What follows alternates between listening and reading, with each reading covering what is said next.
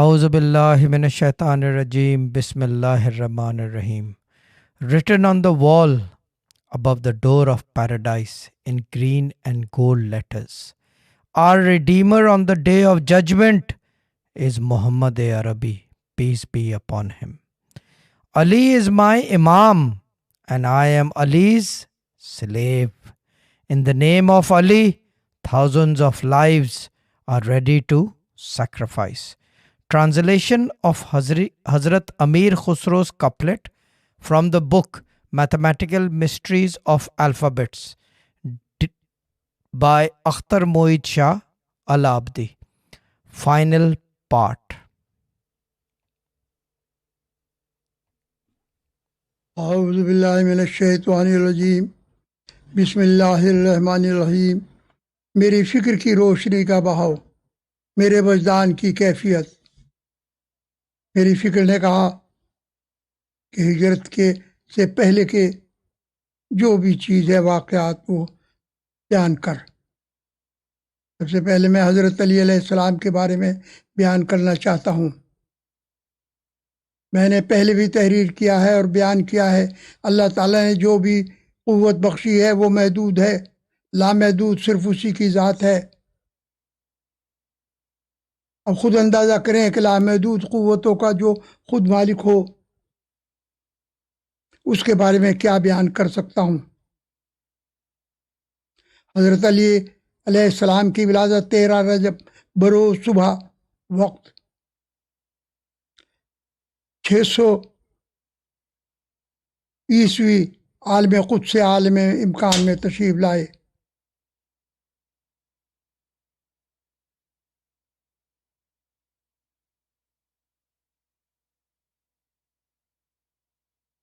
آپ کی ولادت خانہ کعبہ میں ہوئی. آپ کی والدہ بنت اسد، آپ کے والد ابو طالب بن عبد المطلب، آپ دونوں طرف سے ہاشمی تھے، اور رخین عالم نے آپ کے خانہ کعبہ میں پیدا ہونے پر کوئی اختلاف نہیں کیا. آپ سے پہلے خانہ کعبہ کی تاریخ میں کوئی پیدا نہیں ہوا اور نہ ہوگا. سب سے پہلے جب آنکھ کھولی تو سرکار دو عالم کے چہرے مبارک پر نظر پڑی. سرکار دو عالم صلی اللہ علیہ وسلم نے زبان چسائی، پھر خاندانی طریقے کے مطابق کان میں اللہ اکبر کی صدا بلند کی اور علی نام تجویز فرمایا. یہ طریقہ کار سرکار دو عالم محمد صلی اللہ علیہ وسلم تک حضرت ابراہیم، حضرت اسماعیل، حضرت عبد المطلب اور حضرت ابو طالب سے چلا آ رہا تھا، اور آج بھی اسی طرح جاری ہے اور قیامت تک اسی طرح جاری رہے گا. حضرت علی کو یہ اعزاز حاصل تھا کہ آپ کے دادا عبد المطلب اور والد حضرت ابو طالب، آپ کے چچا زاد بھائی، اللہ تعالیٰ کے آخری نبی جو 1,24,000 پیغمبروں کی ارتقا لے کر اس دنیا میں مبعوث ہوئے، جس کے آنے کے بارے میں پیشین گوئیاں توریت انجیل میں تھی. میں نے پہلے تحریر کیا کہ حضرت عبد المطلب کے انتقال کے بعد اللہ تعالیٰ کے محبوب کو حضرت علی کے والد اور ابو طالب سرکار دو عالم کے چچا نے اپنی آغوش میں لے لیا، اور اسی طرح حضرت علی کو بچپن میں سرکار دو عالم نے اپنی آغوش میں پرورش کی. یعنی حضرت ابو طالب کی زندگی میں حضرت علی کو اپنی آغوش میں لیا تھا. یہ شرف صرف حضرت علی ہی کو حاصل تھا. اس زمانے میں اسکول کالج تو نہ تھے، ایسے ہی معلوم ہوتا تھا کس کی آغوش میں پرورش کی اور خاندان کون سا تھا. اس میں گھوڑا سواری، تیر اندازی، نیزہ بازی، یہ علوم زندہ رہنے کے لیے ضروری تھے. تمام بنی اسرائیل کے علوم جو حضرت ابراہیم کے علم تھے اور حضرت اسماعیل علیہ السلام سے حضرت عبد المطلب، حضرت ابو طالب سے رسول اللہ صلی اللہ علیہ وسلم تک آئے تھے، جس میں مراقبہ، اللہ تعالیٰ کے 72 نام تعلیم کیے. یہ میں تحریر کر رہا ہوں، یہ مختصر ہے کیونکہ یہ سوانح حیات سرکار دو عالم صلی اللہ علیہ وسلم کی ہے. اللہ تعالیٰ فرماتے ہیں اور یاد کرو جب فرمایا عیسیٰ ابن مریم نے، اے بنی اسرائیل، میں تمہاری طرف آیا ہوں تصدیق کرنے والا توریت کی جو مجھ سے پہلے آئی، اور خوشخبری ایک رسول کی جو میرے بعد آئے گا، اور اس کا نام احمد ہوگا۔ اور سرکار دو عالم محمد صلی اللہ علیہ وسلم فرماتے ہیں، پہلے اللہ تعالیٰ نے میرے نور کو خلق کیا، اول ما خلق اللہ نوری۔ پھر سرکار دو عالم صلی اللہ علیہ وسلم فرماتے ہیں، انا مدینۃ العلم علی بابھا، میں علم کا شہر ہوں، علی اس کا دروازہ ہے۔ صحیفہ علی یہ وہ کتاب تھی جو رسول اللہ صلی اللہ علیہ وسلم نے تحریر کروائی، جو حضرت علی کے ہاتھ کی تحریر تھی۔ ایک جفر جامع، جفر عبائد، ایک جفر احمر، یہ کتابیں تحریر کروائیں۔ یہ علم حضرت اسماعیل سے چلا آ رہا تھا اور آپ کے پاس تھا۔ جو حضرت علی نے تحریر کی تھی وہ ان کے پاس تھی۔ 72 نام اللہ تعالیٰ کے جو اللہ تعالیٰ نے سرکار دو عالم صلی اللہ علیہ وسلم کو تعلیم کرائے تھے، وہ بھی حضرت علی کو تعلیم کیے۔ یہ کتاب قسطنطنیہ کے عجائب گھر میں موجود ہے۔ تفصیل میں نے الگ تحریر کی ہے۔ ایک قرآن جس کے حاشیے پر علم کے اشارے کنارے سرکار دو عالم صلی اللہ علیہ وسلم نے تحریر کرائے، وہ بھی ترکی کی لائبریری میں موجود ہے۔ اور ایک صحیفہ جس کی لمبائی 70 ہاتھ ہے اور چوڑائی بھیڑ کی کھال کی چوڑائی ہے، جس میں جو بھی انسان کو علم، تصوف، مراقبہ، علم کے اسرار و رموز تھے، راز تھے۔ حضرت ابراہیم کا علم جو قبالہ کے نام سے موسوم ہے، رسول اللہ صلی اللہ علیہ وسلم نے بنی اسرائیل کے علوم، راز، تحیت العرض، ارسال حواتف سارے بتلائے، اور آج بھی ترکی کے عجائب گھر میں موجود ہیں۔ ہماری کتابوں میں صرف 72 نام کا ذکر ہے۔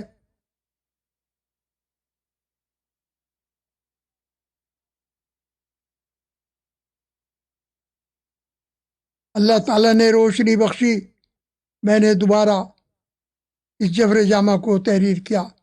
میرے پاس ہے، 40 کلو وزن ہے، 9 برس میں مکمل ہوئی ہے۔ اس کی تفصیل ہے کہ دنیا میں جو بھی نام لیا جائے اس کتاب میں موجود ہے، اور اس کے حالات اس کتاب میں ہیں۔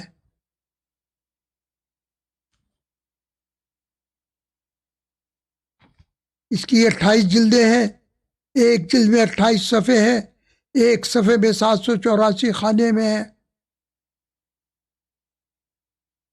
اور ایک خانے میں 4 حروف کا مجموعہ یعنی کمبینیشن ہے۔ جو کمبینیشن ایک دفعہ آ گیا وہ دوبارہ نہیں آیا۔ 784 کمبینیشن ایک صفحے پر، 21,952 ایک جلد میں، اور 28 جلدیں ہیں، 6,14,656۔ جو ایک دفعہ آ گیا کمبینیشن وہ دوبارہ نہیں آیا۔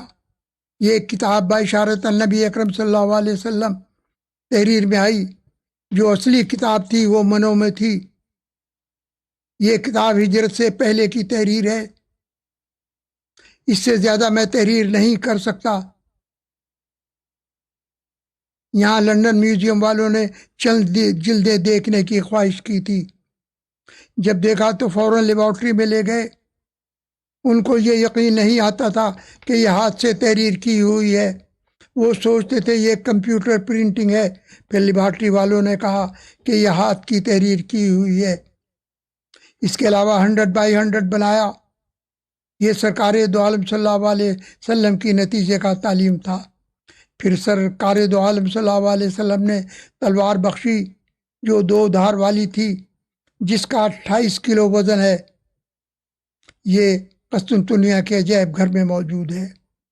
اس سے آپ کی طاقت، قد و قامت کا پتہ مل سکے گا۔ اس کے علاوہ آپ نے عربی گرامر کی ترتیب دی۔ حضرت علی کی زندگی میں مختصر تحریر کر رہا ہوں کیونکہ یہ سوانح حیات سرکار دو عالم کی ہے۔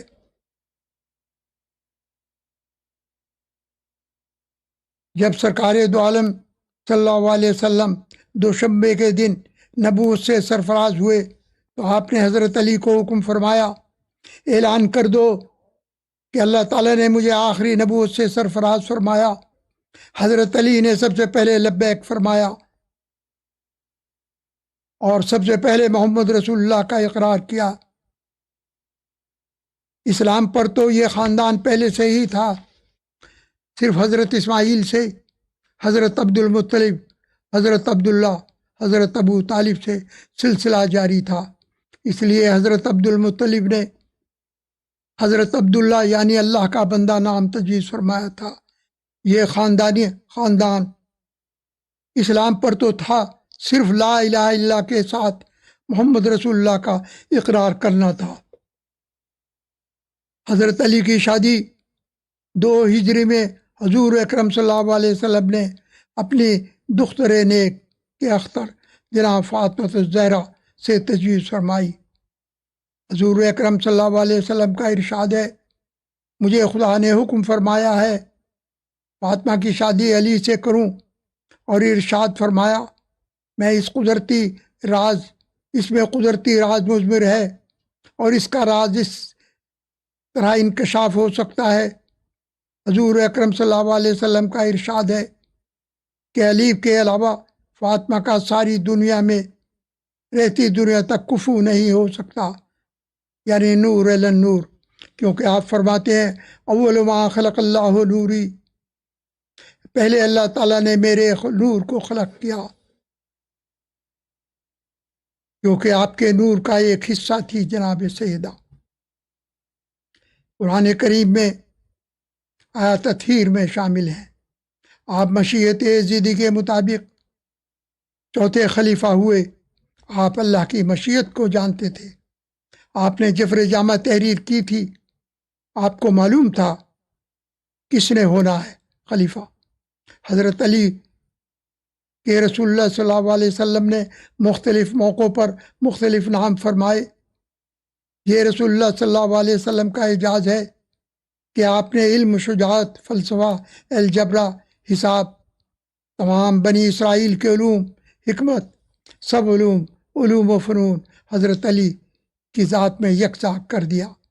دنیا میں کوئی انسان ایسا نہ ہوگا کہ جرنیل بھی ہو اور علم کا دروازہ بھی ہو۔ حضرت علی نے بچپن ہی سے نبوت کی خدمت کی اور حفاظت کی۔ آپ کے جنگ کے کارناموں پر نظر ڈالی جائے تو ایک الگ کتاب بن جائے۔ جنگ احد ہو یا بدر، جنگ خندق ہو یا خیبر، جنگ حنین ہو یا کوئی اور معرکہ، ہر منزل پر، ہر موقع پر علی کی ذوالفقار چمکتی ہوئی دکھا دیتی ہے۔ یہ تلوار سرکار دو عالم صلی اللہ علیہ وسلم نے بخشی تھی، جس کا اس وقت بھی ثانی نہیں تھا اور آج بھی ثانی نہیں۔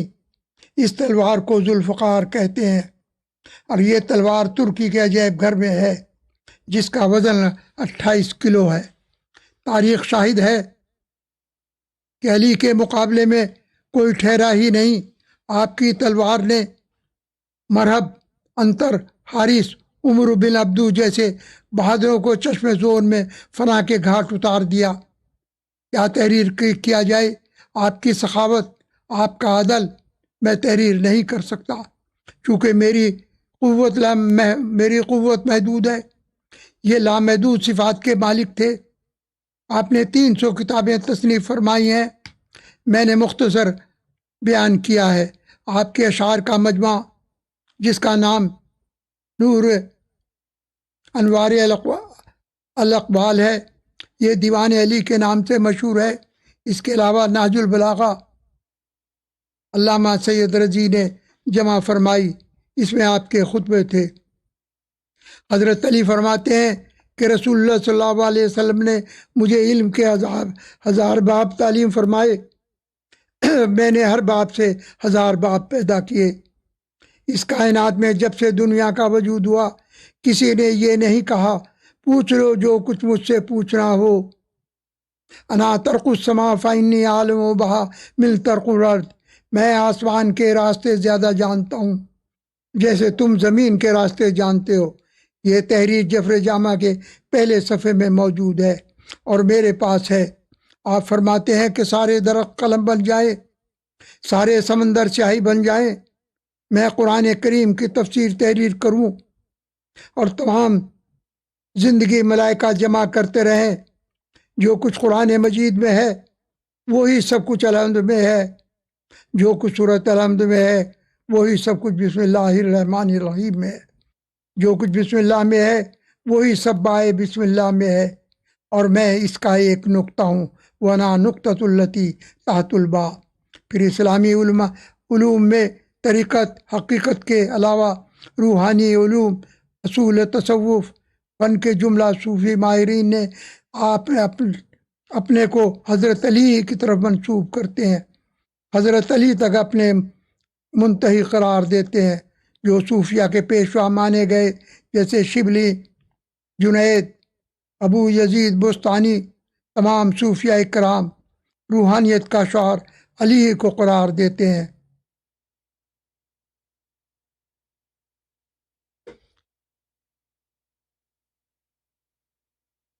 آپ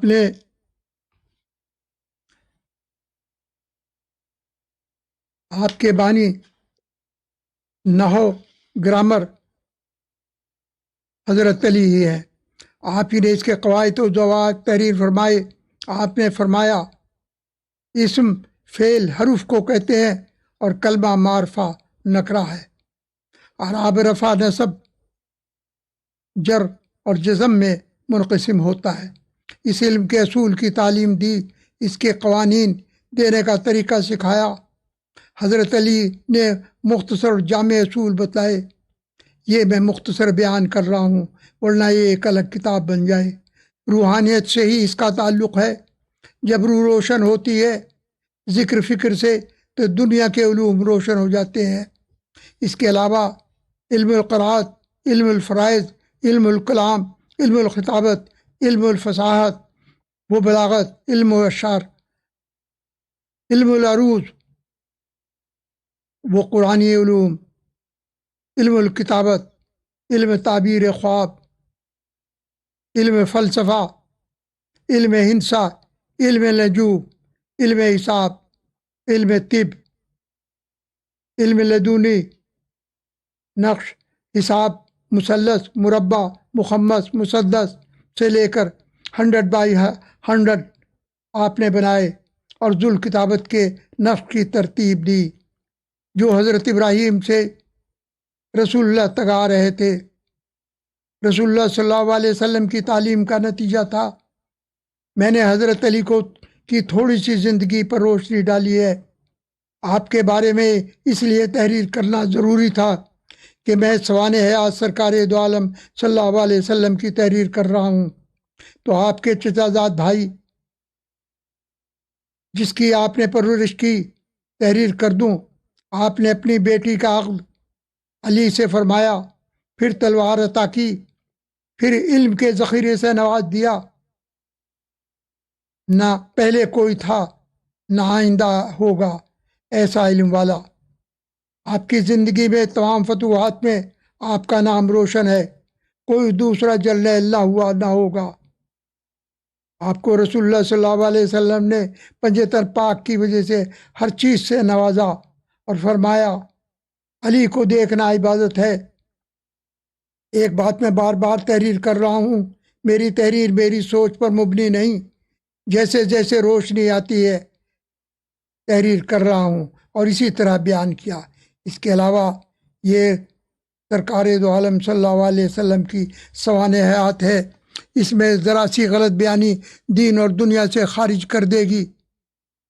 اس کے علاوہ میری تحریر میرے پڑھنے والے کو بتلا دے گی کہ اس کو رسول اللہ صلی اللہ علیہ وسلم سے محبت ہے، یہ خود سمجھ لے گا کہ روشنی ہے یا اندھیرا ہے۔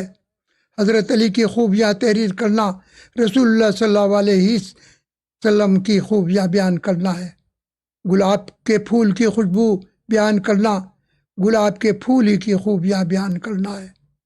گلاب کے پھول کی خوشبو کی تعریف گلاب کی تعریف ہے، یعنی اس کے درخت کی تعریف ہے۔ خوشبو پھول میں ہے پھول گلاب میں درخت سے وابستہ ہے، نہ درخت ہوگا، نہ پھول ہوگا، نہ خوشبو ہوگا۔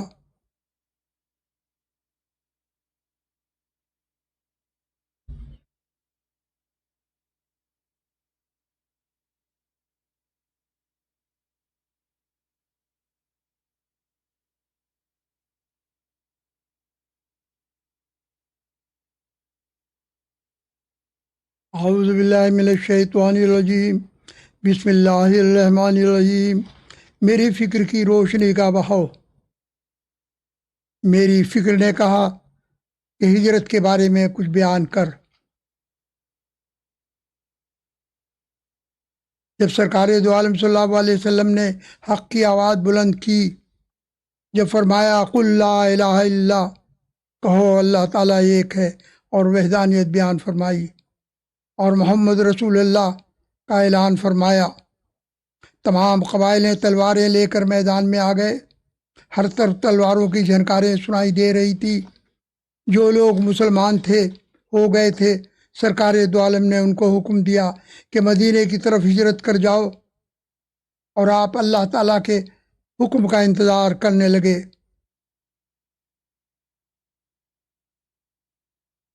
جو جانثار آنا خدمت پیش کی لوگوں نے عرض کی کہ حضور ہمارے قلعے میں تشریف لے آئیں، ہم کسی قربانی سے دریغ نہیں کریں گے، لیکن آپ نے انکار فرمایا۔ آپ کو اللہ تعالیٰ نے بشارت دی تھی کہ دارالہجرت ایک باغ و بہار ہے جہاں ہر چیز کی فراوانی ہے، اور وہ مدینہ ہے، اور ویسا ہی ہوا۔ ایک بات راستے میں آ گئی تو بیان کر دوں۔ پیغمبر کو وہی الہام بشارت ہوتی ہے، اور عام آدمی کو خواب ہوتا ہے۔ نبوت کے 13 سال ہجرت کا آغاز ہوا۔ اکثر صحابہ کرام مدینے تشریف لے جا چکے تھے۔ پھر اللہ تعالیٰ کی طرف سے وہی نازل ہوئی۔ ان حضرت صلی اللہ علیہ وسلم نے مدینے کا عزم فرمایا۔ اس کی سب سے بڑی وجہ یہ تھی کہ ایک تو اللہ کا حکم اور بشارت ہوئی کہ آپ مکے سے رخصت ہو جائیں۔ دوسری وجہ قریش کی دشمنی۔ قریش نے دیکھا کہ مسلمان مدینے جا کر طاقتور ہوتے جا رہے، اور اسلام پھیلتا جا رہا ہے، اب اس کا کوئی حل ہونا چاہیے۔ اس بنا پر دارالندہ جو دارالشورا تھا، انہوں نے ایک اجلاس بلایا جس میں ہر قبیلے کے رؤسا، خصوصاً ابو سفیان جو سب سے بڑا آپ کا اور بنی ہاشم کا دشمن تھا، اور سارے اکٹھے ہوئے۔ لوگوں نے مختلف تجاویز پیش کی۔ ایک نے کہا زنجیروں سے باندھ کر مکان میں رکھا جائے محمد صلی اللہ علیہ وسلم کو۔ دوسرے نے کہا کہ جلا وطن ہونے دیا جائے۔ ابو جہل نے کہا ہر قبیلے سے ایک شخص کا انتخاب ہو اور پورا مجمع مل کر حملہ کر دے اور سرکار دو عالم کو شہید کر دے۔ اس صورت میں تمام قبائل شامل ہو جائیں گے، خون تمام قبیلے میں بٹ جائے گا، اور آل ہاشم تمام قبیلوں کا مقابلہ نہ کر سکیں گے۔ آخر شور شرابے کے بعد یہ فیصلہ ہوا، اتفاق ہو گیا کہ رسول اللہ صلی اللہ علیہ وسلم کے آستان مبارک کا محاصرہ کر لیا جائے۔ عرب کا دستور تھا کہ گھر کے اندر داخل ہونا معیوب سمجھتے تھے، اس لیے باہر ٹھہرے رہے تاکہ یہ فرض ادا کیا جائے۔ اب اس سے اندازہ ہونا چاہیے کہ رسول اللہ صلی اللہ علیہ وسلم سے کس قدر عداوت تھی، مگر آپ کی خوبیاں، آپ کی سخاوت، آپ کی دیانتداری پر بڑا اعتماد تھا۔ جس شخص کو کچھ مال و اسباب رکھنا منظور ہوتا، آپ ہی کے پاس امانت رکھتے تھے۔ اس وقت بھی آپ کے پاس بہت سی امانتیں تھیں۔ آپ کو قریش کے ارادوں کی پہلے سے خبر ہو چکی تھی۔ ہجرت سے چند دن پہلے رسول اللہ صلی اللہ علیہ وسلم دوپہر کے وقت حضرت ابو بکر کے گھر تشریف لے گئے۔ دستور کے مطابق دروازے پر دستک دی اور اجازت کے بعد گھر میں تشریف لے گئے۔ حضرت ابو بکر سے فرمایا سب کو ہٹا دو، کچھ مشورہ کرنا چاہتا ہوں۔ آپ نے فرمایا ہجرت کا حکم ہو گیا ہے۔ حضرت ابوبکر نے فرمایا میرے پاس 2 اونٹنیاں ہیں اے میرے آقا۔ آپ نے فرمایا ان کی قیمت لے لو۔ حضرت ابوبکر نے مجبوراً قبول کی۔ حضرت ابوبکر نے عرض کی کیا مجھے ہمراہی کا شرف حاصل ہوگا؟ ارشاد ہوا ہاں، تیاری کرو۔ ہجرت کی شب آپ نے حضرت علی کو بلا کر فرمایا کہ مجھ کو ہجرت کا حکم ہو چکا ہے، آج رات کو مدینے روانہ ہو جاؤں گا۔ میرے بستر پر چادر اوڑھ کر سو جانا، وہ سبز وہ چادر۔ سب کو امانتیں واپس کر دینا کل۔ یہ خطرے کا موقع تھا۔ حضرت علی کو معلوم ہو چکا تھا کہ قریش آپ کو شہید کرنا کا فیصلہ کر چکے۔ آج رسول اللہ صلی اللہ علیہ وسلم کا بستر قتل گاہ ہے، لیکن فاتح خیبر کے لیے قتل گاہ فرش گل تھی۔ ایک بات تحریر کر دوں، حضرت علی کو یہ یقین تھا کہ ان کو خطرہ نہیں، اس لیے کہ سرکار دو عالم نے فرمایا تھا کل جا کر سب کی امانتیں واپس کر دینا۔ یہ سرکار دو عالم صلی اللہ علیہ وسلم کا فرمانا زندگی کی ضمانت تھی کہ آپ سرکار دو عالم صلی اللہ علیہ وسلم کے بستر پر آرام سے سوتے رہے۔ آپ کا عمل ایسا ہی تھا جیسا سرکار دو عالم صلی اللہ علیہ وسلم کا تھا، تاکہ دشمن یہ نہ سمجھے کہ کوئی اور ہے۔ ایک روشنی کا مینارہ اوپر جا رہا تھا جیسے عموماً جاتا تھا، یہ سبز چادر سے نکل رہا تھا۔ اس کی تفصیل آگے بیان کروں گا۔ ایک بات بیان کر دوں، ہم نے اپنے آباء و اجداد سے سنتا چلا رہا ہوں کہ آپ سے ایک خوشبو، ایک روشنی دور سے ظاہر ہوتی تھی۔ اس لیے ایسا ہو کہ سوئے تو خوشبو اور روشنی کا سلسلہ جاری رہے تاکہ دشمنوں کو کوئی شک نہ ہو۔ یہ سوائے حضرت علی کے اور کوئی نہیں ہو سکتا تھا۔ دوسرے جو آپ کی ہجرت کے عمل کو صیغہ راز میں رکھ سکے، یہ بہت ضروری چیز تھی۔ کفار نے جب آپ کے گھر کا محاصرہ کیا، رات زیادہ گزر گئی تو وہ سو گئے، بے خبر ہو گئے۔ سرکار دو عالم صلی اللہ علیہ وسلم سورۃ یاسین کی یہ آیت پڑھتے ہوئے نکل گئے۔ ہم نے ڈال دیے ان کی گردنوں میں طوق، بس وہ ان کی ٹھوڑیوں تک پہنچے ہوئے ہیں، اس سے ان کے سر اوپر کو اٹھے ہوئے ہیں، اور ہم نے ان کے سامنے ان کے پیچھے دیوار بنا دی ہے، آنکھوں پر پردے ڈال دیا ہے، بس وہ کچھ نہیں دیکھ سکتے۔ یہ سورۃ یاسین کی آیت 908 اور رات کی تاریکی میں دونوں پہلے جبل سور کے غار میں جا کر پوشیدہ ہوئے۔ یہ غار آج بھی موجود ہے اور بوسہ گاہ خلائق ہے۔ سب کو قریش کی آنکھیں کھلی۔ صبح کو جب قریش کی آنکھ کھلی تو بستر پر حضرت کی بجائے حضرت علی کو دیکھا، مگر کیا ہو سکتا تھا؟ تلاش میں نکلے، کھوجیوں کو بلایا، غار تک پہنچے، مگر جب دیکھا غار کے سامنے ببول کا درخت تھا۔ غار کے ایک کونے پر کبوتر نے گھونسلہ بنا دیا تھا، انڈے دیے تھے اور کبوتر موجود تھے۔ مکڑی نے غار کے منہ پر جالا بنا دیا تھا۔ یہ دیکھ کر سوچا کہ یہاں تو کوئی نہیں ہو سکتا۔ بہرحال 3 دن آپ غار میں پوشیدہ رہے۔ چوتھے دن اللہ کے حکم سے سفر کا آغاز کیا۔ حضرت ابو بکر نے قبیلہ بنی ویل بن عدی خاندان کے ایک شخص عبداللہ بن عریقت کو، جو راستوں کا ماہر تھا، اجرت پر حاصل کر لیا تھا۔ یہ شخص عاص بن العل سمی کے خاندان کا تھا اور ان کا گہرا حلیف تھا، کفار قریش کے دین پر تھا۔ ان دونوں حضرات نے اس پر اعتماد کرتے ہوئے دونوں اونٹ اس کے سپرد کر دیے تھے۔ 3 دن بعد غار سور پر آنے کا وقت دیا، چنانچہ وہ تیسری شب کی صبح ان کو دونوں کو اونٹوں کو وہاں سے لے کر چل دیا۔ حضرت کے ہمراہ عامر بن محیر اور یہ راستہ بتانے والا شخص دونوں روانہ ہوئے۔ یہ رہبران حضرت کو ساحلی راستے سے لے چلے۔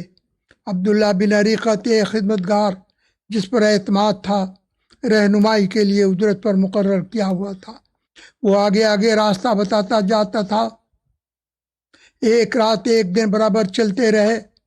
دوسرے دن دوپہر کو راستے میں آرام فرمایا۔ عبداللہ بن عریقت جو خدمتگار تھا وہ راستے کی رہنمائی کے لیے تھا۔ ایک چرواہے سے دودھ کا انتظام کیا۔ سرکار دو عالم صلی اللہ علیہ وسلم کے لیے آپ نے نوش فرمایا۔ آپ نے فرمایا ابھی روانگی کا وقت نہیں آیا، آفتاب ڈھل چکا تھا، تو پھر آپ نے سفر کا آغاز کیا۔ ادھر یہ تینوں ایک راستہ بتانے والا حضرت ابو بکر اور سرکار دو عالم صلی اللہ علیہ وسلم کا راستے سفر میں گامزن ہوئے۔ ایک بات تحریر کر دوں، بیان کر دوں جو میری روشنی کا بہاؤ ہے۔ آپ کے سر پر جو روشنی کا حالہ تھا، رات کو صاف نظر آتا تھا۔ دشمن صرف اس کی روشنی کو دیکھ کر اطمینان کیے ہوئے تھے کہ اللہ کے حبیب سو رہے تھے۔ اب پڑھنے والے سوچیں گے کہ وہ روشنی کیسی تھی جب آپ خود ہجرت کر گئے تھے۔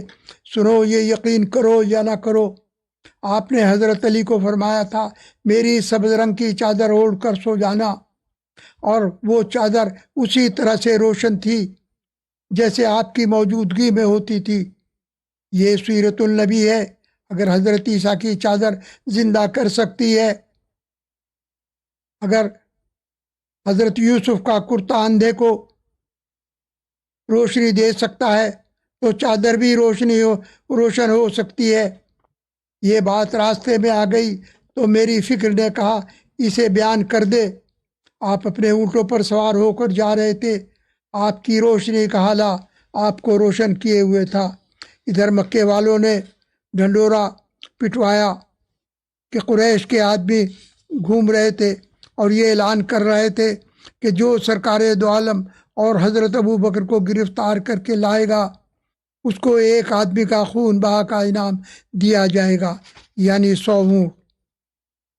سراقہ بن چشم کا بیان ہے کہ ہمارے پاس کفار قریش کے قاصد آئے، جنہوں نے کہا قریش نے طے کیا ہے جو شخص رسالت مآب اور ابو بکر کو قتل کر دے گا یا پکڑ کر لائے گا، اسے دونوں کے خون بہا کی رقم انعام میں دی جائے گی۔ ایک روز اپنے قبیلے کے بنو مدلج کی ایک محفل میں بیٹھا ہوا تھا، ایک شخص آیا، ہمارے پاس کھڑا ہو گیا، ہم بیٹھے رہے۔ اس نے کہا اے سراقہ، میں نے چند اشخاص کو ساحل کے ساتھ ساتھ جاتے ہوئے دیکھا، میرا خیال ہے یہ محمد اور ان کے ساتھی ہے۔ سراقہ کہتا ہے میں سمجھ گیا کہ یہ وہی لوگ ہیں، لیکن اس سے کہا نہیں یہ وہ لوگ نہیں، شاید تم نے فلاں فلاں شخص کو دیکھا جو ہمارے سامنے روانہ ہوئے تھے۔ میں تھوڑی دیر اس مجلس میں بیٹھا رہا۔ میں اپنے گھر واپس جا کر اپنی باندی سے کہا میرا گھوڑا تیار کرو۔ چنانچہ وہ گھوڑا تیار کر کے میرا نیزہ لے کر مکان کی پشت کی طرف گھوڑا لے کر آئی۔ میں اس پر سوار ہوا، اس کو دوڑایا کہ اس جماعت سے جا ملوں، بس ان کے قریب جا پہنچوں۔